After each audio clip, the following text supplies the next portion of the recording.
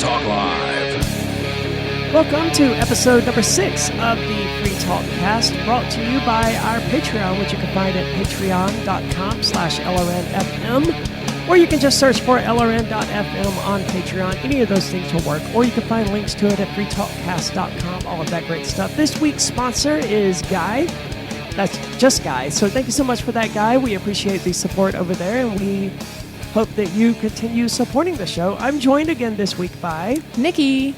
And as usual, we didn't come into this with really any particular plan on what we were going to discuss, but this is my day off, and on my day off, I like to do projects that I tend to find fun.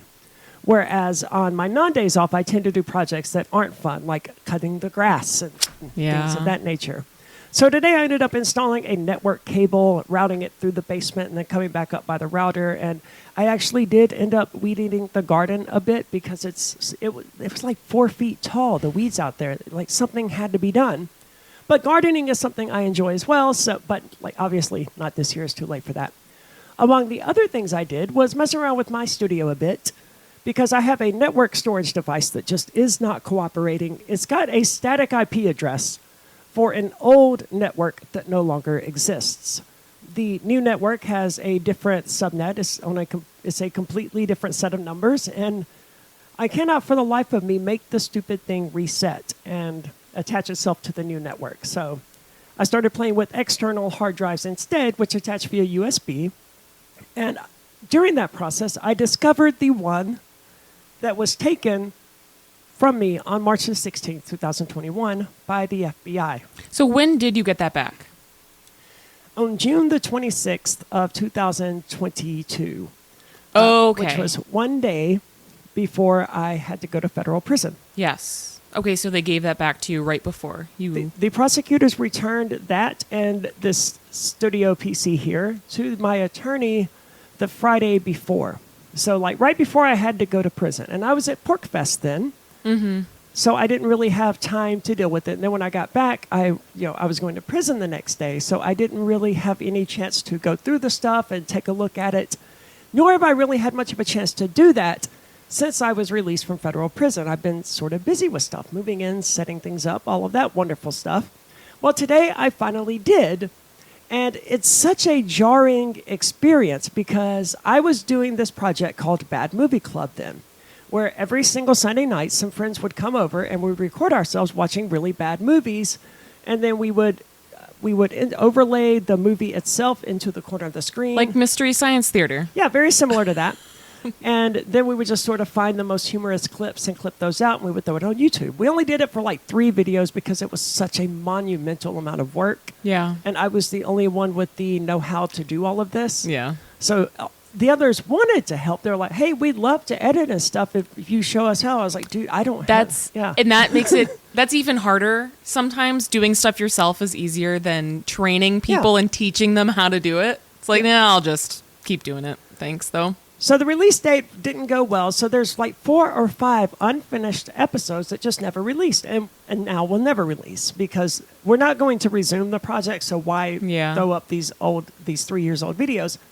But we also had one that we recorded on February the 28th of 2021. Now, that's about 16 days prior to the FBI raid. In fact, it was 16 days prior to the FBI raid. It was myself and 3 of my friends playing Super Mario World on my Nintendo Switch. And man, were we struggling to get through some of these stages. It was brutal and it was painful. I don't know why we were so bad at it, but we were. But it made a funny video, about 25 minutes long, and it was good.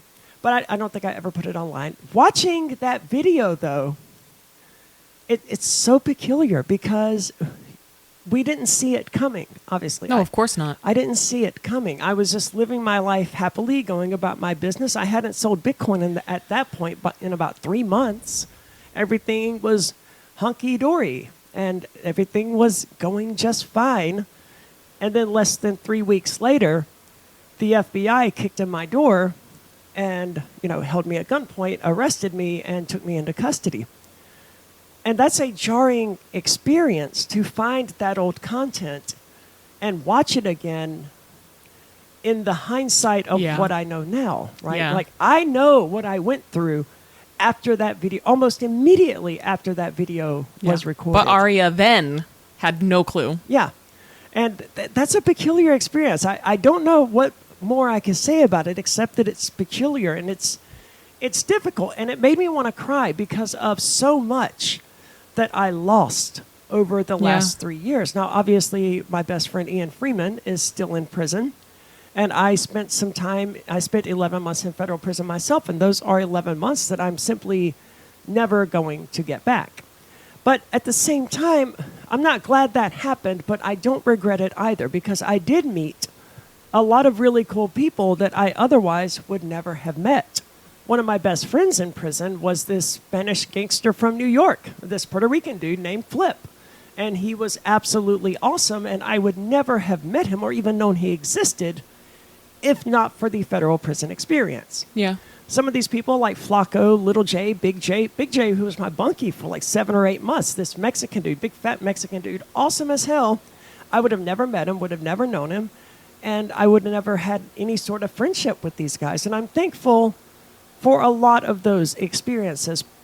But I could have made friends anywhere, right? Yeah. That's just a matter of taking a bad situation and looking for the positives in it. And I'm sure those people also didn't deserve to be in federal prison. No, they didn't. Most of them were there basically for the same thing that I was there for. Selling a product that the government did not want me to sell. Mm-hmm. And that, in my case, that was Bitcoin. But in their case, it was usually drugs. Yeah. And that I guess that's why I felt so much kinship, which may not be the right word, but I felt so much kinship with the Spanish car because they were there for the same reason that I was there. Yeah. And that was just us selling a product that the government didn't want us to sell. Whereas most of the people in the white car, most of the white people there, had committed some sort of fraud or identity theft or where there is a fraud. victim. Right. Some of them had stolen from banks, like the Nazi, the German, we called him. He had stolen about $8 million from banks. And as much as I hate banks and as much as I'm totally okay in theory with someone stealing from them, I hated this guy so much. I had good reason to hate this guy, by the way. I hated this guy so much. Well, yeah, you just called him the Nazi, so. Yeah, I never hesitated to point out that, hey, dude, you're a thief, right? So what he actually ended up doing, it was almost brilliant, but it's obviously going to backfire on him. He became an attorney, and he opened up a bunch of shell companies that he owned that were his attorney company, what is the word I'm looking for? His attorney group. What are those called? Law firm? Yes, they were clients of his law firm. But they were businesses he owned, and he would say that they paid him $250,000 a month for services, and this one paid $1 million a month, and so on. So he's got these 40 or 50 companies that are on his payroll as paying him massive amounts of money for legal services, but they're companies that he owns that aren't actually paying him or his wife any money. And his wife got roped into this as well because he claimed that he was paying her $200,000 a year for paralegal services. And obviously none of this money actually existed, but it looks really good on paper. Mm-hmm. And when you take that to a bank and you say, look, I've got all of this income and all of these clients, but I just need a loan. The banks go, okay, yeah, all of this checks out. And he ended up borrowing a little over $8 million from the banks in this process, committing fraud to borrow $8 million. And I don't necessarily have an issue with that because the only victim there were banks. And banks are the devil, and I'm okay with victimizing the devil. I would suggest it's a bad idea, and I would suggest that people not do it, but, it is what it is, and he did what he did. It still is beyond how you're probably going to get caught, and that's why it's not a good idea. I still do think it's not a very moral thing to do. And I think when we're talking about theft and stuff like that, it's more of a reflection on our character versus, it's like that person might deserve it, but that still speaks volumes. If I were to steal from someone who's a jerk and they definitely deserve to get stolen from, you could make that point. It would still speak to my character. That's a really good point. It doesn't always matter who the quote-unquote victim is. It's more, the action that isn't And I'm, good. I'm proud to say that in my Bitcoin selling, I never victimized any banks or did any wire fraud or bank fraud or any of that other stuff. In fact, banks victimized me because there's a lot of fees associated with banking that people don't know about. First of all, most of your debit cards have a maximum per day amount on them. And most people just never hit that maximum, so they don't know that it's a problem. But if you try to spend more than $1,500 per day on most banks' debit cards, they're going to start blocking your transactions, and they won't unblock them until the next day. I ran into that with Wells Fargo and I believe Bank of America. There's, of course, wire transfer limits where you can only wire up to this amount of money per year, and then you have to actually go to a bank to do it, and it's tedious and it's a massive process, and they ask you a bunch of questions that realistically aren't any of their business. Yeah, it's your money. Yeah. Why are they asking me so many questions about how I'm trying to spend my money? It's not their business. And then, of course, you run into other issues. There are cash deposit fees. Most people, again, never run into this, but if you try to deposit, $100,000 in cash, they're going to charge you some sort of fee. It's usually like 0.25% or something. So you end up paying $25 just to deposit a large amount of cash.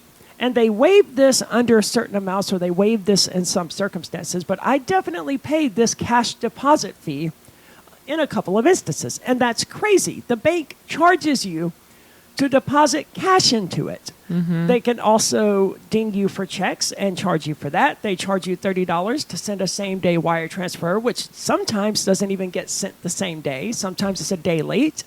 It's robbery left and right, to say nothing about overdrafts. Yeah. Anyone out there who has dealt with overdrafts know how vicious and evil banks really are. Because not only has your balance gone below zero, meaning you're in negative numbers and you're spending money you don't have, but most banks will charge you like $29 Yeah, or it's usually $39. kind of a lot. Yeah, for someone with $0 in their bank account, I'd say that $30 is more than they can afford. Talk about kicking someone when they're down. Yeah. This is why I like Chime, which isn't a bank, but they provide banking services. And they have this Spot Me feature where they can spot you up to, I think it's $200 now if you have direct deposit and these other features that you've signed up for. But they don't charge you a fee for this. You can tip them once you get paid and your account is in the positive again, but they don't charge you per transaction. A lot of these banks do. So if you're 4 or 5 days out from your paycheck and you've got to buy gas, and the next day you've got to buy food that you forgot to buy or whatever, your bank is going to charge you $29 for every single one of those transactions. And with 4 transactions, that's about $120. So you're starting out your new paycheck $120 in the hole. This is every bit as robber-ish. It's highway robbery just as much as payday loans are. And we know that payday loans and the extravagant 500% interest or whatever it is they charge is messed up and evil. I don't blame people for going to them, but it's a vicious cycle that once you get into it, it's almost impossible to pull yourself out of it because there's a $50 fee, and then you're starting your new week out $50 less than you usually have, so you're going to be there a few days before your next paycheck. And next time it's a $55 fee because you had to borrow more money to cover things. And it's just a mess. Yeah, it's a never-ending cycle. And the bank overdrafts are exactly the same way, but they get away with it in plain sight and no one does anything about it. And they are robbing people. To say nothing of a few years ago, Wells Fargo was busted red-handed opening up new accounts in its customers' names. I remember this, yeah. So that they could do something and fudge their books and somehow make more money. Well, you know what it was? I don't know exactly what it was, but the tellers had an incentive for people to open up more checking accounts or more, whatever, different types of accounts. So they were opening up, essentially without people's knowledge, opening up more accounts in their names, which is obviously totally fraudulent. Yeah. And I forget exactly what the incentive was. Maybe the person would get a bonus or something, or I think it was more of a repercussion if they didn't open up a certain amount of accounts. Like they would GameStop. get threatened to be fired, right? So they're like, well, I guess I'm just opening up all these fake accounts for old ladies. And of course it's fraudulent. So, but yeah, that was a big scandal. That was a frustrating experience for me because the band Disturbed was playing at the Wells Fargo Theater somewhere, and I was like, guys, and this was right after this thing happened. Guys, they were stealing millions upon millions of dollars from like old ladies and stuff, and you're just going to play at their venue like that didn't happen. And there's a lot of rock bands who want to disassociate themselves and disconnect from that politicization, I don't know, of the world. At least one of these bands, I wish I could remember now who it was, but Serge Tankian of System of a Down got really upset with, it was Imagine Dragons. They were playing in, I think, Kazakhstan, and they have a brutal tyrant dictator there who's throwing people in prison and torturing them and doing what you would expect of one of those Middle Eastern hellhole countries. And Serge wrote them a heartfelt letter saying, guys, don't play this show. You're going to support his regime by playing this show in his country, so just choose not to do it. And they completely ignored him and played the show anyway, ultimately saying, well, we're not here for the politics, but you kind of can't avoid it. Yeah. But also, don't those people that live there deserve to see the show? Like, it would suck to live in one of those countries and never be able to see any good music because everybody's like, ugh, I'm not going to Kazakhstan. Yeah. So I can kind of see both sides of it. I do too. You make a really good point, but I don't know, and it's complicated because you should be able to play a show and be disconnected from those politics, but realistically, you kind of can't be. Yeah. But that's Serge doing Serge's thing. He's a very political kind of guy anyway. So in other news, in other developments, I'm being told that the recent changes to the Chevron deference are not being applied retroactively. And for those who have no idea what I'm talking about, the Supreme Court started changing their position several years ago, where there's two ways to interpret just the way government works in general. And this is true of the Constitution as well, and some people make the case for this, that if the Constitution has not specifically said that the government cannot do something, then they are therefore allowed to do it. Which would make sense, right? That's a modern way of looking at it, but the original way of looking at it was, no, the government can only do the things that the Constitution specifically authorizes the government to do. Oh, sorry, I got that backwards. I was thinking of instead of the government, like normal people can do whatever they want unless there's specifically a law saying you can't do this. And that's the way so I can stand on my head because there's no law saying I can't. Right? It would be crazy to be like, you can only do things that we specifically authorize for regular people, but for government agencies, obviously, that's very different. They shouldn't be able to do whatever they want. Right. Because the more that they do, the more it conflicts with our desire to do the things that we want to do.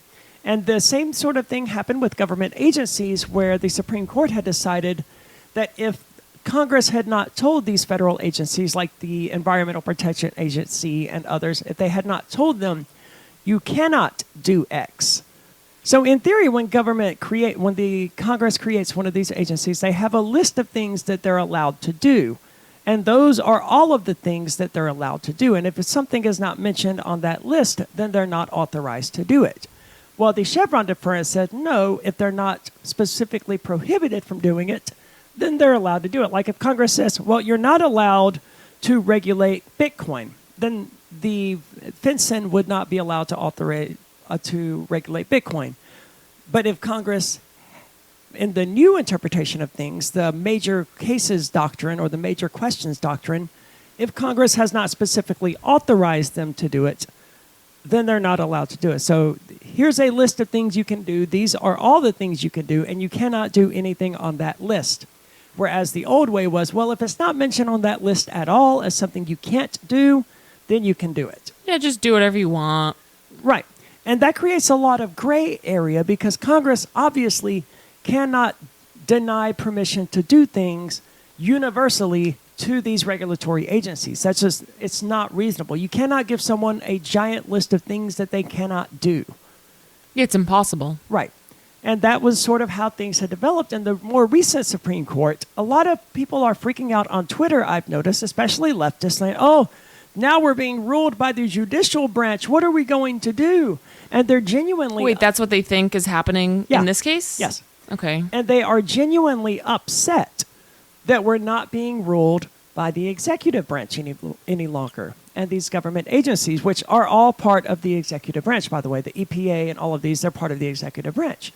And we're not supposed to be ruled over by the executive branch. Yeah, because essentially in that case, there'd be no checks and balances out. Like, obviously, Right. that's not a real thing anyways. There aren't actually checks and balances. But if the system was working the way it was allegedly supposed to, there would be checks and balances. So we don't want all the power in the federal government, Well, as in far the as, executive branch. That's crazy. as far as I can tell, this is one of the working checks and balances where the legislative branch did a thing, the executive branch then took it too far, and the judicial system stepped forward and said, no, you're not allowed to do that unless Congress tells you that you can. Mm-hmm.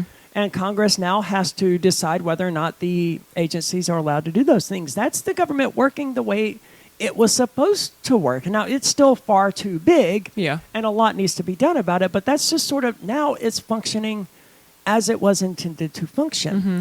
I don't understand these liberals who are upset about this change, though, because of the reality that we just had Donald Trump as president for 4 years and ruled by the executive branch under Donald Trump.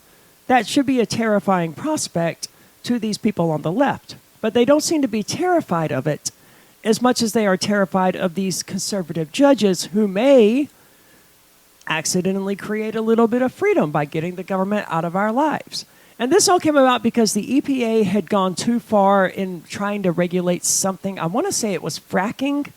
Yeah, it was something, because it was Chevron oil. That's where it came from. Well, that was the original one, but there was a new one regarding the EPA. Oh. And that was what caused them to first change it. My attorney cited the ruling in our motion to dismiss counts 1, 2, and 3, but I don't remember the actual specifics of that now. But I'm told that it's not being applied retroactively to some extent, so it's possible that even though we were prosecuted under FinCEN and its regulations that had overreached its bounds, the Supreme Court may not undo those convictions. I don't know. Ian's going to end up fighting that all the way to the Supreme Court, and I wish him the best of luck with that, obviously. Yeah. I did the most I could to help Ian by basically turning my attorney over to him because my attorney was great. And like, I don't know how that ranks on the scale of helping someone, but like, hey man, here's my attorney. I mean, it's the best you can do, right? Yeah, that's got to be pretty high up there Yeah. on the list. Because like now I need to file some things with the court because I'm not being allowed to have contact with Ian. Apparently the warden has my letter appealing it. And he's got the motion that I turned in and the approval by the magistrate. Apparently, they think the writing at the bottom of the magistrate's order might be fake. So they're trying to verify that that's legitimate. On your document? Yeah. That you submitted, they think that there's fake writing on it? Yes. Which would be a crazy thing for me to do, right? That's forgery, Yeah. and that would be absolutely crazy. But all they have to do is go to uscourts.gov and look up the actual document, and they'll see it right there. Like this would take 5 minutes. Yeah. But they're saying they have to look further into it because they think the writing is fake. And this is only half the battle if I can get the Bureau of Prisons to agree to allow me to have contact with Ian, which seems very, very unlikely. I'm so surprised that you still can't have contact with him. Well, there's two parts to it, right? There's the BOP, and then there's my probation officer. And Oh, yeah, technically you are still on probation. But still, I mean, it was dumb that you guys couldn't talk in the first place, I mean, in my opinion. we do have a court order allowing us to communicate. So, that was sort of my assumption, was that this court order allowing us to communicate would still be valid, but because that was pre-trial, and now we're post-conviction, like pre-trial, you're allowed more rights because you're presumed innocent until you're proven guilty. Yeah. And at this point, legally, we've been proven guilty in a court of law. So we no longer have the same rights that we had prior to that conviction.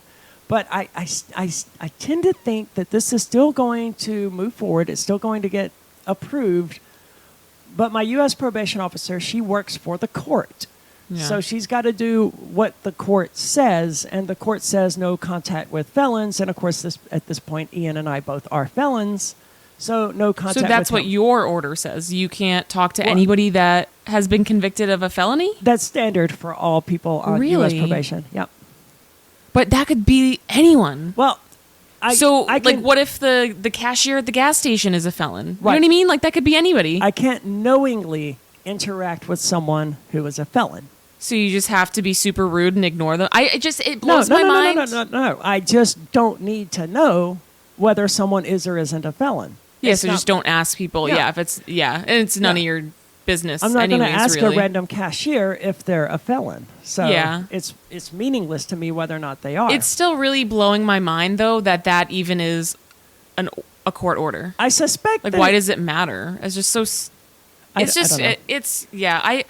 I suspect If you think there's too some- much about the system, you'll get a headache because not very much of it makes sense. There's probably some leeway in this. Like if a cashier that I was visiting happened to be a felon and I knew them to be a felon, and I suspect U.S. probation would be fine with me continuing to go to this convenience store to buy cigarettes or whatever. I can't imagine they would attempt to rearrest me for that. But they could if they wanted to. In theory, is the yes. point? Like, in theory, Yeah. if they wanted to, and not even necessarily you, anyone, if they were like, you know what, we don't like Jeffrey. He's been giving us problems at probation, and we know that he knows that the cashier at Dunkin' Donuts is a felon. They could get him in trouble for that. You know what I mean? Like, it's just unnecessary power that they can use against people. It's not right. Oh, in my case, the only way that I'm really giving my probation officer a hard time is by requesting permission to do stuff. Godsmack is playing here in New Hampshire at the end of this month, and I've requested permission not to go because it's in New Hampshire, so I don't need permission to go, but to stay in a hotel after the concert because my friend that I'm going with, she likes to drink. And like she's not going to want to drive back after drinking, and she's always our driver because I don't know, she just likes to drive, I guess. But anyway, I'm hoping that I'm going to get permission to that, but it's technically outside of my first 60 days, so it shouldn't be an issue. But this is like the third time I've requested permission to go on a trip, and I've only been out on probation for about 2 months at this point. But, you know, I'm 2 months into my 12-month probationary sentence, so we're a sixth of the way through it, and the probation is just sort of flying by. It hasn't had any real impact on my life. Yeah. Because I wouldn't be allowed to have contact with Ian Freeman whether I was on probation or not. Because I'm a convicted felon. At least one person who attempted to visit me in prison was denied simply because they were a convicted felon. So on those grounds alone, I would probably be denied permission to contact Ian, in which case I would have to file my appeal and submit the motion and outline my reasons and all of that and hope that it was successful. But because I'm on probation, I also need permission from my U.S. probation officer. And she's not going to give it until I get a court order from a judge allowing Ian and I to have contact. So I have to fight this battle on two fronts right now. And right now I've chosen to fight with the BOP because that's easier. If the warden ends up declining, then I'm going to have to, I don't know where to go from there, but something is going to have to be filed with the courts anyway. And I'm absolutely dreading that because that's going to evolve. I'm pro se now because I briefly had a different attorney named Mike Iacopino when I was in custody. I filed a motion for sentence reduction under some new law that had passed. And evidently I learned that I wasn't eligible to have my sentence reduced. But the judge told them at this hearing, well, look, I'm not opposed to this. So give me a good reason to reduce Arya's sentence and I'll consider it. Yeah. And my attorney was like, all right, well, I'll get back to you in 10 days. And he finally told me this about a week later, by the way. And he told me, I'll get back to you within the next 2 weeks about this. And he never got back to me.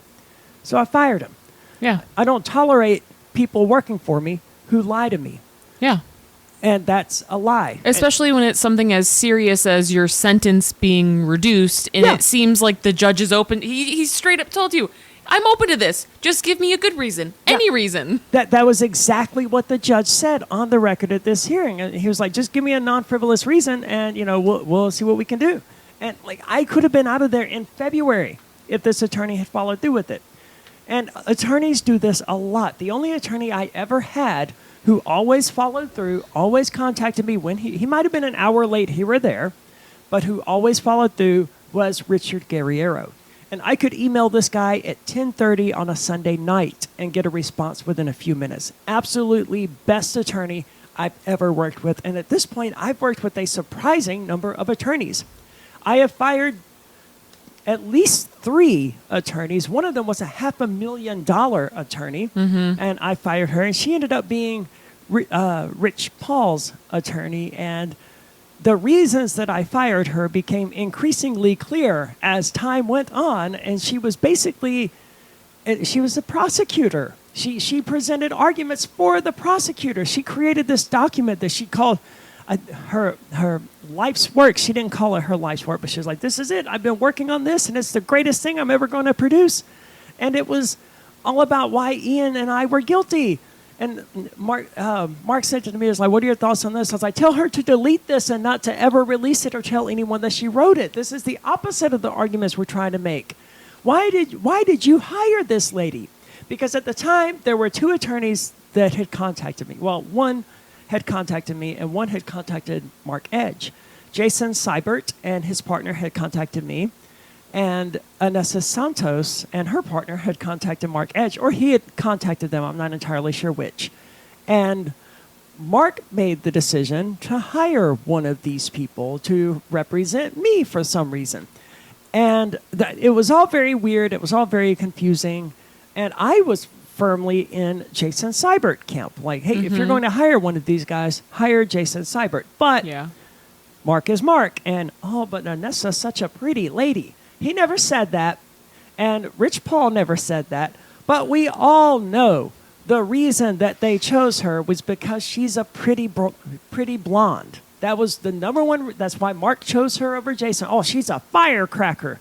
Like, oh, okay, Mark. Well, so is Jason Seibert. Okay, he's a firecracker too. You realize how loaded with sexual interest that term sounds? Yeah.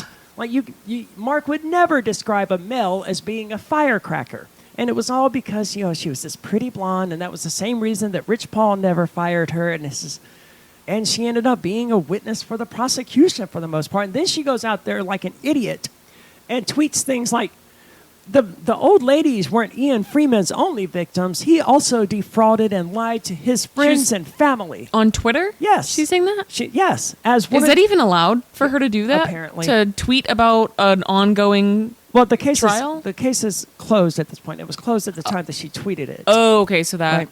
So yeah. So why is she still? Well, I don't know why she did this, but that's bizarre. It's like, move on with your life, lady. The motion that she filed, the sentencing memorandum that she filed for nobody, strongly threw Ian under a bus. And I fought with my attorney about this because he wanted to do the same thing. Yeah, because that's kind of the easy way out, right? It's like, oh, no, this is our fall guy. I didn't do anything. I'm not guilty. Well, it's not so much that it's the easy way out. It's just the standard practice. That's how they do things. And my attorney's job is to do whatever is best for me. He doesn't give a fuck about Ian. Yeah. He does now because Ian is his client, and he gave a fuck about Ian because I gave a fuck about Ian, but Ian wasn't his client. He wasn't trying to help He's Ian. defending his client, Yeah. and yes, I understand how that would and work. that was why he did it, and that was the same reason Anessa did it, but I fought back against mine with Richard Guerriero. At one point, he used some word that I didn't like to describe Ian. I was like, no, you need to replace that word with this word. And it meant the same thing, but it wasn't such a loaded term. Yeah. And over again, we went back and forth on this. And this came up at the actual sentencing hearing where the judge my attorney had made the argument that I had just sort of been corrupted by libertarians. He didn't specifically say that, but he alluded to it. And the judge knew what he was getting at. The judge said, well, I think your client would disagree with that assessment. Yeah. And Richard thankfully admitted, well, She and I have had quite a bit of back and forth about this, and she does disagree with that assessment. So it was on the record that, I didn't endorse any of those things, and I did what I could to resist them when they came out. But from what we could tell, nobody never even read his sentencing memorandum before it got submitted. And I don't understand. I read everything that my attorney filed before it was filed. And that just seemed like part of the process to me. And this was a public defender. Yeah. I didn't pay for him. He told me. That's the amazing part. That's really the amazing part here. Yeah. He told me not to take him private. After we fired Anessa Santos, I was like, well, look, if I'm going to have an attorney hired for me, you're the attorney that I want to hire. So let me get you in touch with Mark Edge and see if you and he can work out something. And he said, well, because I don't have this money and I can't make Mark pay it, so it's got nothing to do with me. But he said, what do you think you're going to get out of me as a private attorney that you're not getting out of me as a public defender? And I was like, well, I don't really know, but it would reward you for your services better. He's like, well, let me tell you, you're going to get the exact same service from me regardless. And he was 100% right. Yeah, he did a great job. Yeah, and you can't. He was probably the best attorney that was representing any one of the Crypto Six. I certainly think so, and that's why we had agreed early on that if my case resolved early, which it ended up doing because I took a plea deal, then he was also going to become Ian's attorney. And that unfortunately couldn't happen until after my sentencing. And I was hoping the trial was going to get put off until after my sentencing so that this could all happen, but it didn't. Things didn't work out. Ian ended up going to trial just with Sisti, and I have my own thoughts about that and Sisti's performance that aren't really relevant here. I wish he had had Richard Guerrero, but Richard is his attorney now. As soon as I could, I filed a waiver to allow him to represent Ian, and the court had to grant permission, and the court appointed this other attorney, Mike Iacopino, to talk with me on the phone and just make sure I understood the waiver that I had written and signed and submitted to the court. In actuality, I did not write the waiver, and I suspect the judge knows I didn't write the waiver. Richard Guerrero did. Yeah. But like from the point of view of how it all worked, it looked like I had written it. But yeah, I fully understood what I was doing, and I'm glad that Richard is now representing Ian. But it sucks because I can't now enlist Richard Guerrero's help in filing this motion with the court that would allow me to have contact with Ian. So, well, that's almost 37 minutes. Okay, well, thank you so much for listening to this week's episode of the Free Talkcast. Again, shout out to Guy, who is a sponsor over at patreon.com/LRNFM. He's a gold level sponsor, which means he's paying $10 per month to the program. So check that out. We don't ask that much. I think the lowest tier is $3, and that gets you access to the podcast early. There are a number of cool little features and tiers and stuff that you might actually want to check out. So check that out and listen at freetalkcast.com. But check out our main site now. Well, not our main site, but check out freetalkblog.com, because that's where you're going to find links to all of this stuff and the various projects that we have going on, all right there in one place. freetalklive.com would be a great place for all of this, but the website is this monstrosity created by Greg of Intercoin, and I cannot stress enough how much I fucking hate this website. It is the worst website I've ever seen. And Ian and I resisted it so much, allowing this website to become the main website for Free Talk Live. We wanted to just stick with the old one. It was basic, it was simple, but no one visits websites anymore. And Greg, That's kind of all you need is just a landing page. Yeah, but we don't even fucking links. have a landing page. There's no fucking landing page. We have to be the only fucking radio show in the world that when you get there, there's no fucking landing page. It just goes straight to the videos in this weird little layout that doesn't make any sense to anyone. But there's no landing page. It's You can't get the domain back? I mean, we can, but at this point, Mark is the driving force behind it, because Mark is the one who hired Greg to do this. And as far as Ian and I could tell, we were basically just paying Greg to develop his platform, because he was creating this little platform in the background that he basically just plugged Free Talk Live stuff into. Oh. And that's how he made the Free Talk Live site that exists now. But now he can take that little stuff that he made and plug in anything and use that same basic thing on any website. So yay, good for him. We paid him to develop his product, right? But whatever, I hate it so much. And he had this vision that it would give us some new, unforeseen way to interact with listeners that had never been done before. And what was that? No one was ever able to clarify that with me and Ian. And like Ian and I both hated this fucking website. It looks bad. It's a good thing, right? And I could see how it could be useful, but not for Free Talk Live. It's trash for Free Talk Live. I fucking hate that website. That's unfortunate. To say nothing of the fact that I can't just edit it.